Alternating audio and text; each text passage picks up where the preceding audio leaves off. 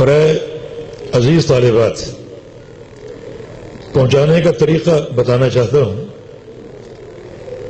اگر ہر طالبہ فارغ ہو کر اپنے گھر کے حجرے کو درس گاہ کے طور پہ اختیار کر لے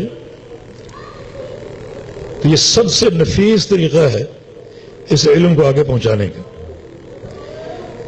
دعوت کی حجت لے کر قریہ قریہ جانا عورتوں کا کام نہیں. ٹیلی ویژن کی اسکرینوں پر آنا عورتوں کا کام نہیں ہے.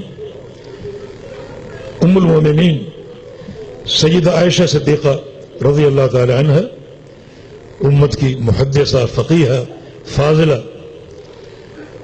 اور ان کے گھر کا حجرہ ہی ان کی تعلیم و تربیت کی اساس تھا. وہاں خواتین آتی اور بعض اوقات صحابہ بھی آتے، تابعین بھی آتے، اور حجاب کے تقاضوں کو ملحوظ رکھتے ہوئے ان سے سوال کرتے، علم سیکھتے، ان سے احادیث لیتے، اور وہ اپنے اسی حجرے میں بیٹھ کر احادیث روایت کرتی، احادیث کا درس دیتی.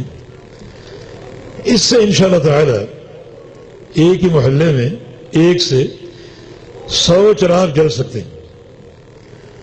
اور آگے ہر بچی اس ذمہ داری کو سنبھال لے تو میں سمجھتا ہوں کہ خواتین کی اس اساس پر، اس پلیٹ فارم پر ملکی سطح پر انقلاب آ سکتا ہے.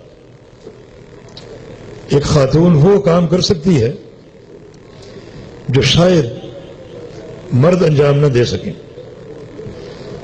تو یہ ایک نصیحت جس سے میں نے آپ کی اس نشست کا آغاز کیا ہے، اس دعا کے ساتھ کہ اللہ تعالی آپ کے سینوں کو، آپ کے افہام کو علم نافع کے لیے کھول دے، آپ کو عمل کی توفیق دے، اور کل میدان عمل میں بالکل صحیح منہج کے مطابق ذمہ داریاں ادا کرنے کی توفیق دے.